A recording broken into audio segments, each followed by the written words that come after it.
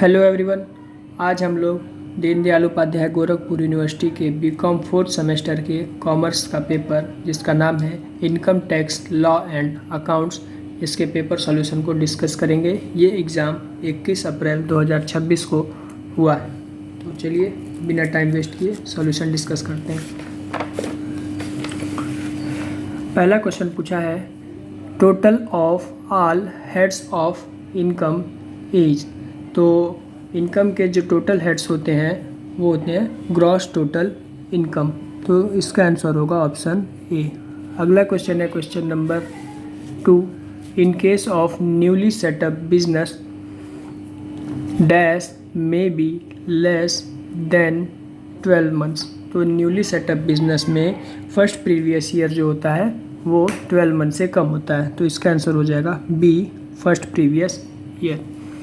Question 3 है, income from rent of agricultural land situated in India is.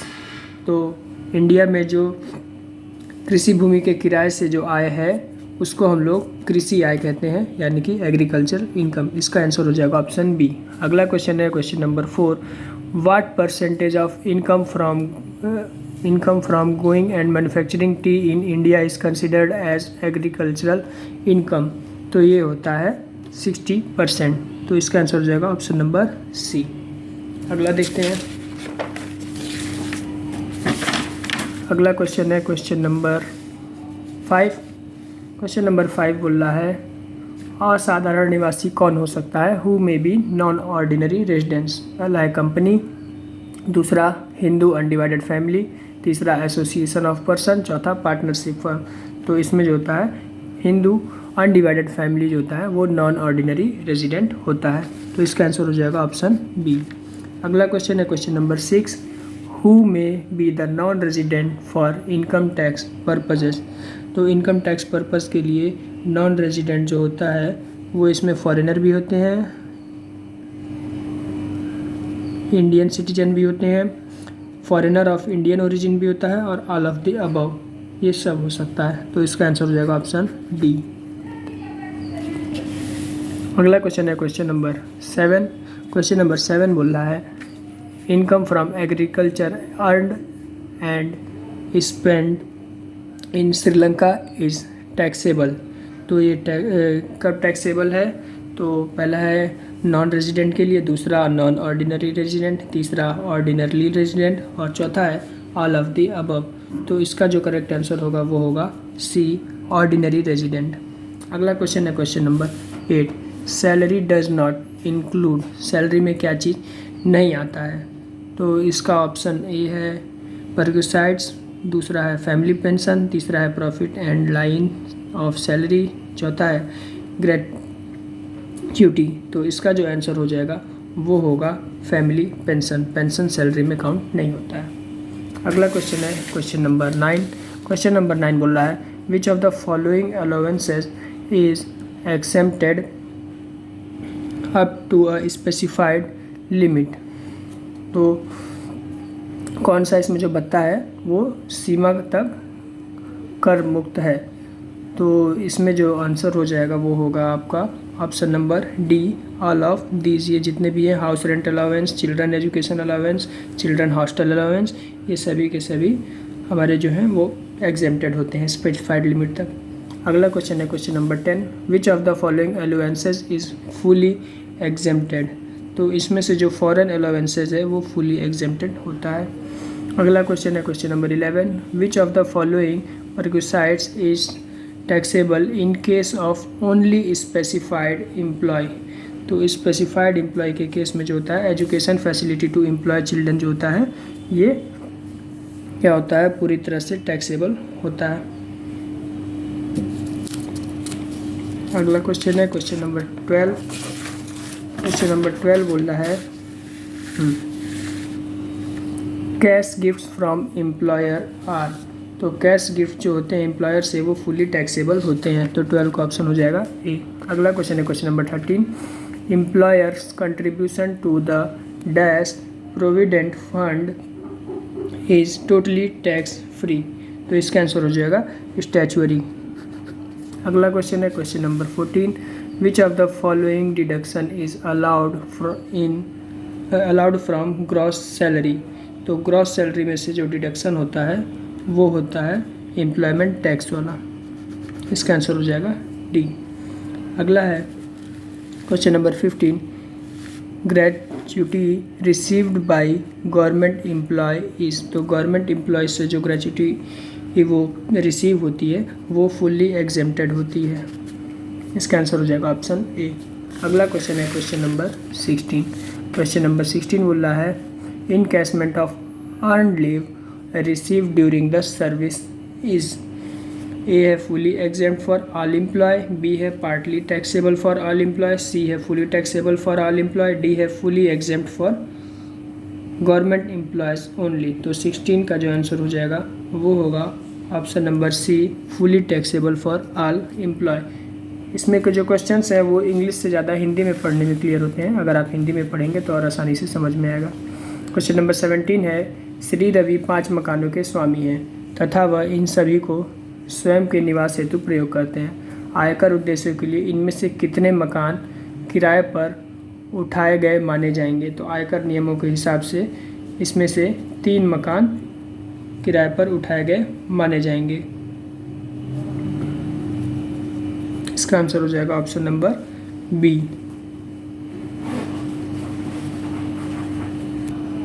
अगला question है question number 18, in computing income from house property exempted rent dash can not be higher than. तो exempted rent जो है वो standard rent से ज़्यादा नहीं होना चाहिए। तो क्वेश्चन नंबर 18 का आंसर हो जाएगा ऑप्शन ए। अगला क्वेश्चन है क्वेश्चन नंबर 19। क्वेश्चन नंबर 19 बोल रहा है standard deduction in case of a house property is allowed. तो हाउस प्रॉपर्टी में जो स्टैंडर्ड डिडक्शन है वो 30% ऑफ एक्चुअल इनकम तक ही अलाउड होता है। तो 18 का आंसर हो जाएगा, 19 का आंसर हो जाएगा, सॉरी हाँ 13% ऑफ एनुअल वैल्यू वाला होगा। ये वाला ऑप्शन सही होगा। क्वेश्चन नंबर 19 का ऑप्शन सी होगा। अगला क्वेश्चन है क्वेश्चन नंबर 20, पूरे वर्ष के दौरान स्वयं के निवास में प्रयुक्त मकान संपत्ति से आय की गणना करने में निम्नलिखित कौन सी कटौती स्वीकृत है। नगर पालिका कर, न वसूला हुआ किराया, मानक कटौती, और चौथा है इस संपत्ति के लिए ऋण पर ब्याज। तो इसका आंसर हो जाएगा इस संपत्ति पर ऋण से ब्याज, ऑप्शन नंबर डी। अगला क्वेश्चन है क्वेश्चन नंबर 21, मकान का वार्षिक मूल्य ऋणात्मक हो सकता है यदि मकान। तो पहला ऑप्शन है स्वयं के व्यापार में प्रयुक्त हो, दूसरा है स्वयं के पैसे में प्रयुक्त हो, तीसरा है स्वयं निवास में प्रयुक्त हो, और चौथा है किराए पर उठा हो। तो इसका जो आंसर हो जाएगा वो हो जाएगा डी वाला, किराए पर उठा हो। अगला क्वेश्चन है क्वेश्चन नंबर 22 बोल रहा है which is an admissible expense in computing profits of business. A है बैड डेब्ट्स, बी है expenditure on scientific research, C है expenses of income tax proceedings, D है ऑल ऑफ दी अबव। तो इसका जो आंसर हो जाएगा वो हो जाएगा ऑल ऑफ दी अबव। ये सभी के सभी जो है एडमिसेबल एक्सपेंस होते हैं। अगला क्वेश्चन है question number 23, in computing profits of business which expense is disallowed. A है एम्बेजलमेंट बाय एम्प्लॉय, बी है payment of excise duty, C है expenditure on employees welfare, D है नन ऑफ द अबव। तो इसका answer हो जाएगा none of the above. अगला question है क्वेश्चन नंबर 24 बोल रहा है in which of the following is an inadmissible expense in computing profits of business। A है बैड डेट्स, बी है इनकम टैक्स, सी है एक्साइज ड्यूटी, और डी है डेप्रिसिएशन ऑन कंप्यूटर्स। तो इसका जो आंसर होगा वो होगा option number B, income tax वाला जो एक्सपेंस होता है ये इनएडमिसिबल एक्सपेंस होता है। अगला क्वेश्चन है क्वेश्चन नंबर 25। क्वेश्चन नंबर 25 बोल रहा है generally payment of any expenditure made in cash to a person in a daily exceeding rupees dash will be disallowed in computing profit of business। तो ये जो होता है वो 10,000 रुपये होता है। तो इसका आंसर हो जाएगा ऑप्शन नंबर ए। अगला क्वेश्चन है question number 26, depreciation is allowed on goodwill, land, animals, copy rights. तो इसका जो आंसर हो जाएगा वो हो जाएगा ऑप्शन नंबर डी, कॉपीराइट पर डिप्रिसिएशन अलाउड होता है। अगला क्वेश्चन है क्वेश्चन नंबर 27 बोल रहा है under the IT act depreciation is allowed on. तो इनकम टैक्स एक्ट के हिसाब से डिप्रिसिएशन किस पर अलाउड है? तो ए है ओनली बिजनेस एसेट, बी है ओनली पर्सनल एसेट, सी है ओनली लिक्विड एसेट और डी है ऑल ऑफ दी अबव। तो इसका जो आंसर हो जाएगा वो होगा ए ओनली बिजनेस एसेट। अगला क्वेश्चन है question number 29 patent rate of depreciation the rate of depreciation on patent is. तो पेटेंट पर जो डिप्रिसिएशन रेट होता है वो होता है 25%। इसका आंसर हो जाएगा ऑप्शन सी। अगला क्वेश्चन है question number 29 for how many year unabsorbed depreciation can be carried for rate of. तो ये जो टाइम पीरियड होता है वो होता है नो टाइम लिमिट का। 29 का आंसर हो जाएगा ऑप्शन डी। अगला क्वेश्चन है question number 30 which of the following is a capital asset. इसमें से कैपिटल एसेट कौन सा है? Jewellery to personal use, B है हाउस होल्ड फर्नीचर, सी है पर्सनल कार, डी है स्टॉक इन ट्रेड। तो इसका जो आंसर होगा वो होगा ज्वेलरी टू पर्सनल यूज़, ये कैपिटल एसेट में आता है। अगला है question number 31 tax deduction at source is made by. इसको शॉर्ट फॉर्म में TDS भी बोलते हैं। इसका जो होता है वो कहाँ से जनरेट होता है? तो इसका सोर्स जो होता है वो होता है पर्सन मेकिंग पेमेंट ही। तो 31 का आंसर हो जाएगा ऑप्शन ए। अगला क्वेश्चन है question number 32 dash is the acknowledgement of filing the return of income. तो इनकम के रिटर्न फाइल करने के लिए जो एक्नॉलेजमेंट होता है वो होता है ITR 5। इसका आंसर बी हो जाएगा। अगला क्वेश्चन है क्वेश्चन नंबर 32। क्वेश्चन नंबर 32 बोल रहा है long term capital loss can be set of dash in the following. तो लॉन्ग टर्म कैपिटल लॉस जो है वो 8 ईयर्स में होता है। तो इसका जो आंसर हो जाएगा वो हो जाएगा 33 का डी वाला 8 ईयर्स। क्वेश्चन नंबर 34 है income of A minor child in excess of dash rupees shall be included in income of parents. तो ये जो होता है वो होता है 1500। अगर 1500 रुपीज़ से ज़्यादा चाइल्ड की इनकम है तो वो फैमिली के इनकम में ऐड हो जाएगी। तो 34 का आंसर हो जाएगा बी। अगला क्वेश्चन है question number 35 the highest authority of the income tax department is.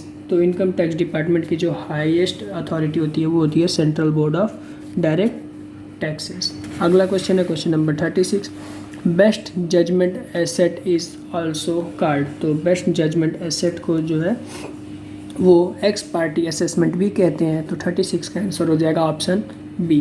अगला क्वेश्चन है क्वेश्चन नंबर 37 बोल रहा है liability of advance tax arises in which tax liability of advance tax arises which tax payable is.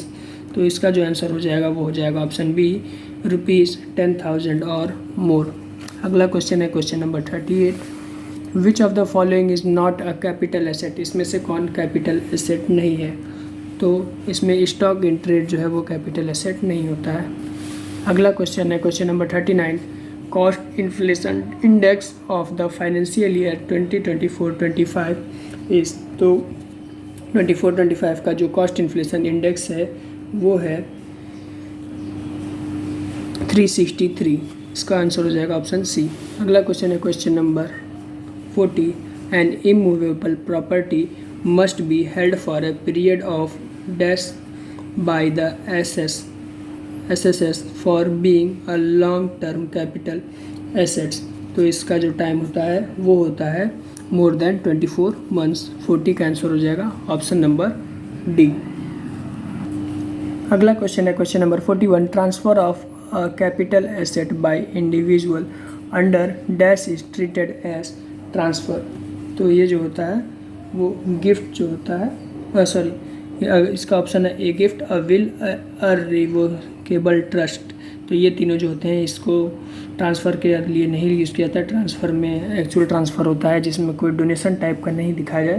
तो इसका answer हो जाएगा option D none of the above.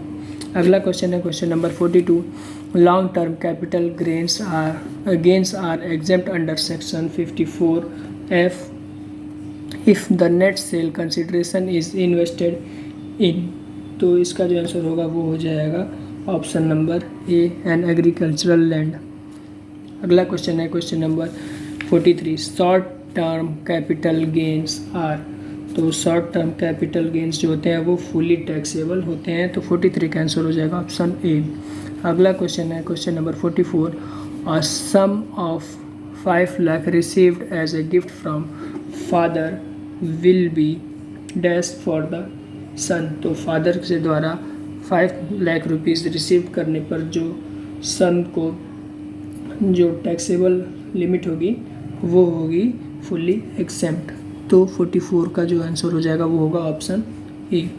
अगला क्वेश्चन है क्वेश्चन नंबर 45, क्वेश्चन नंबर 45 बोल रहा है winning of ₹1 lakh from lottery will be subject to tax deduction source tax deduction at source at the rate, तो इसका जो आंसर हो जाएगा वो सी होगा 30%।